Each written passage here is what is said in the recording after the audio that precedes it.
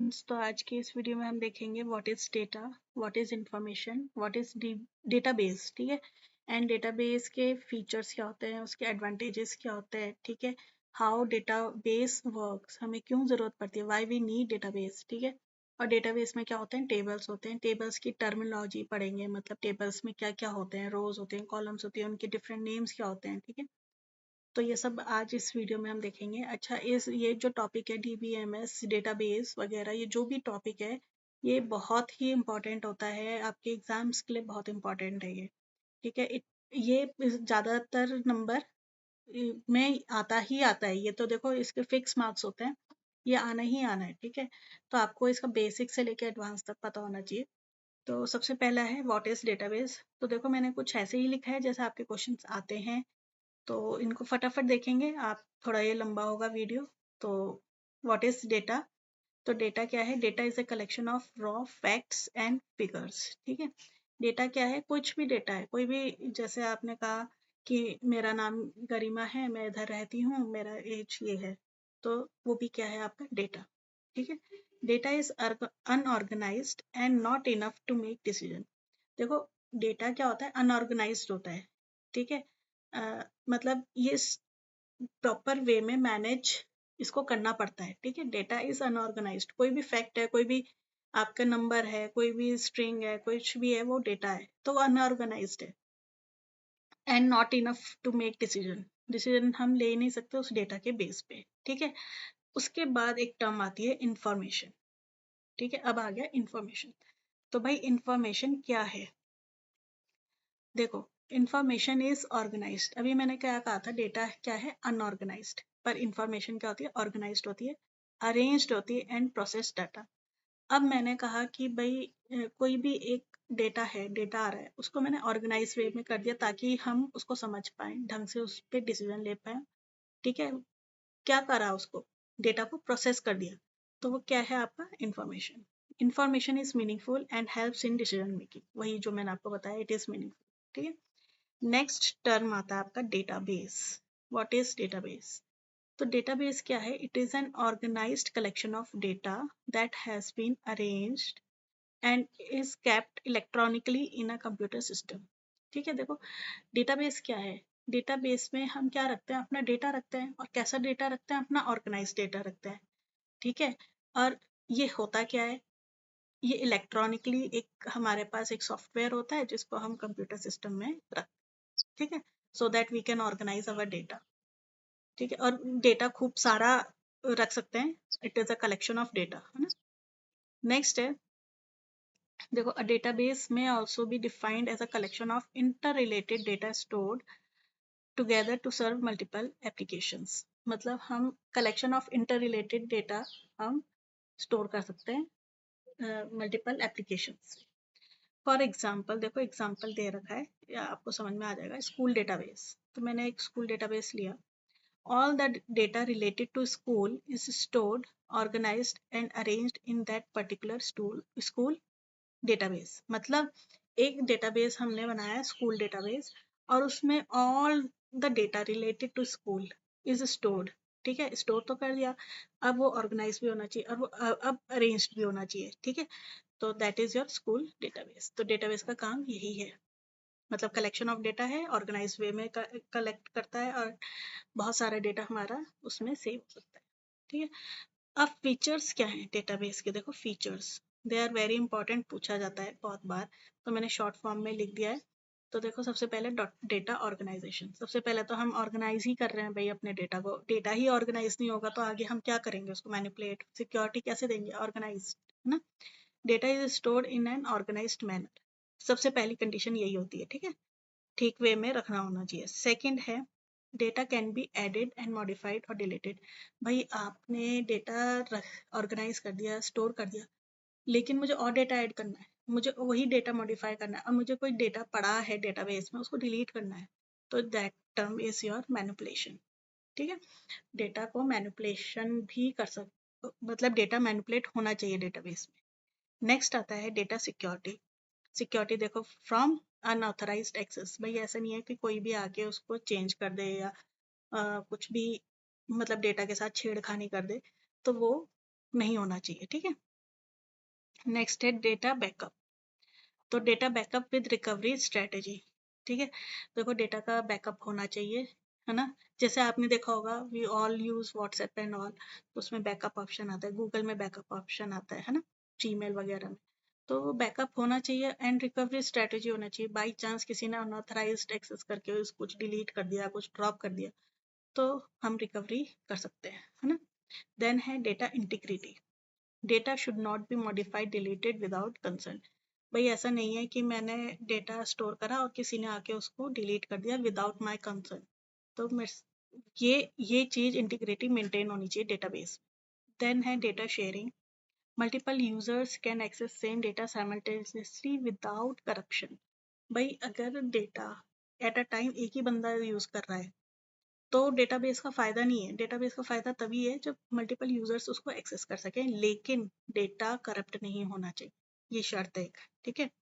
Corrupt data नहीं होना चाहिए। नेक्स्ट है डेटाबेस एक्सेस लैंग्वेज।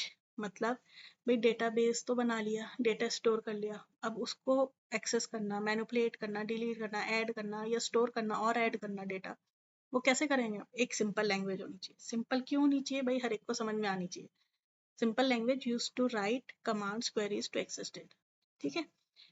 अब ये देखो, ये डायग्राम तो मैंने ऐसे ही बनाया कि डेटाबेस फीचर्स कौन कौन से होते हैं, जो कि मैंने अभी एक्सप्लेन करा है। Data organisation, data manipulation, data security, data backup, data integrity, sharing, access language, ठीक है।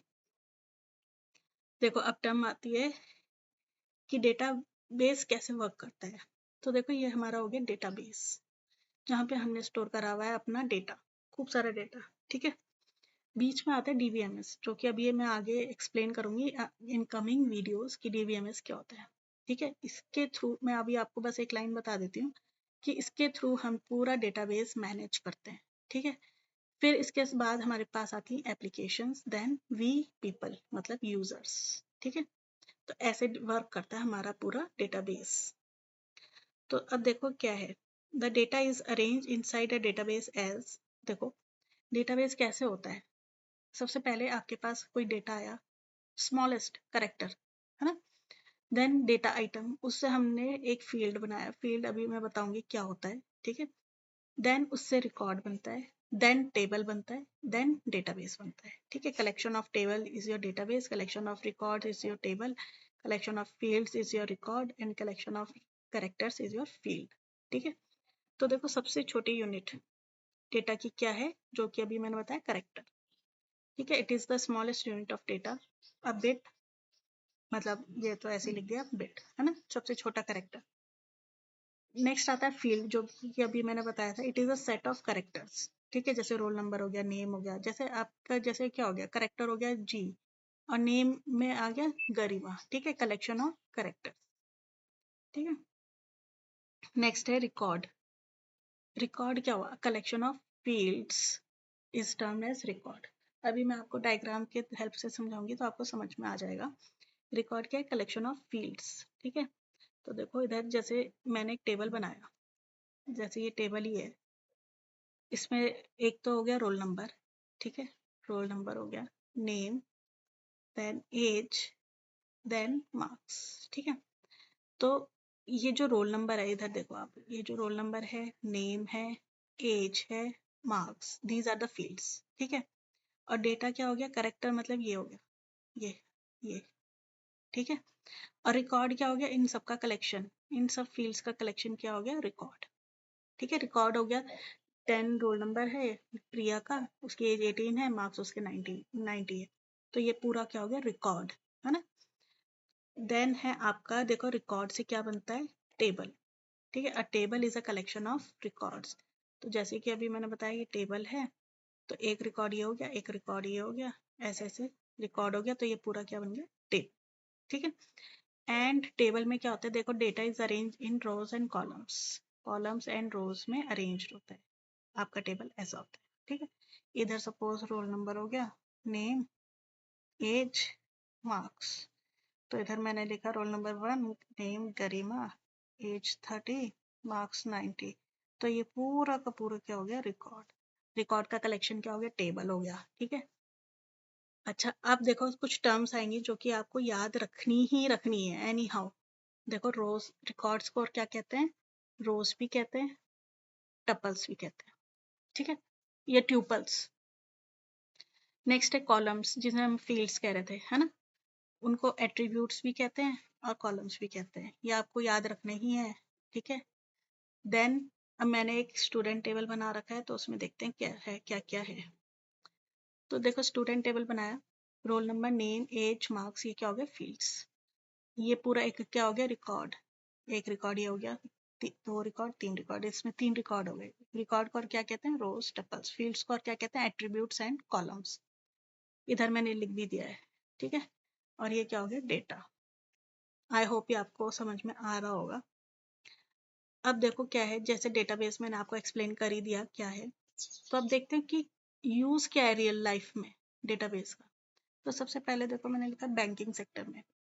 देखो डेटाबेस चाहिए क्योंकि कस्टमर्स का अकाउंट्स, उनके ट्रांजैक्शन, उनके डिटेल्स, उनके लोन्स के डिटेल्स सब कहाँ स्टोर हो रही है, बैंकिंग डेटाबेस में, ठीक है। आप देख लेना, इसको पढ़ लेना आप, क्योंकि मैं बस अब जल्दी जल्दी बता रही हूँ। हेल्थ केयर क्या है, database to manage patient records, appointments, medical history, सब कुछ स्टोर करने के लिए हमें क्या चाहिए, डेटाबेस। ट्रांसपोर्टेशन में देखो चाहिए होता है airlines, train schedules, database to manage schedules and bookings, ठीक है, उसके लिए चाहिए होता है हमें डेटाबेस, ठीक है। देन है आपका एजुकेशन में, to track students details, course information वगैरह। ई कॉमर्स में देखो बहुत यूज होता है, आप हम सब अमेजन, फ्लिपकार्ट, ठीक है, मिंत्रा वगैरह सब यूज करते हैं।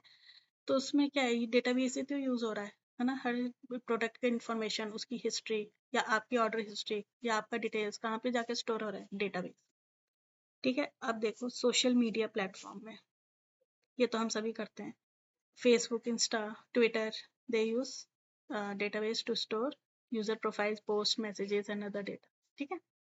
So these databases are managed by a special software known as DBMS. मैंने क्या कहा, डेटाबेस में तो स्टोर हो ही रहा है, उसको मैनेज कौन कर रहा है, DBMS। इधर अब टर्म आती है आपकी DBMS, ठीक है। आई होप ये आपको क्लियर हो रहा होगा। तो देखो ये था इस वीडियो में, मैं केवल यही बताना चाह रही थी आपको, डेटाबेस, डेटा क्या होता है, इंफॉर्मेशन क्या होता है, टेबल्स क्या होते हैं, ठीक है, डेटाबेस क्या होता है, डेटाबेस की एप्लीकेशंस क्या हैं जो कि अभी मैंने बताई, ठीक है, इसके फीचर्स क्या हैं। तो ये सब टर्म्स आती ही आती, ठीक है। So thank you for watching the video.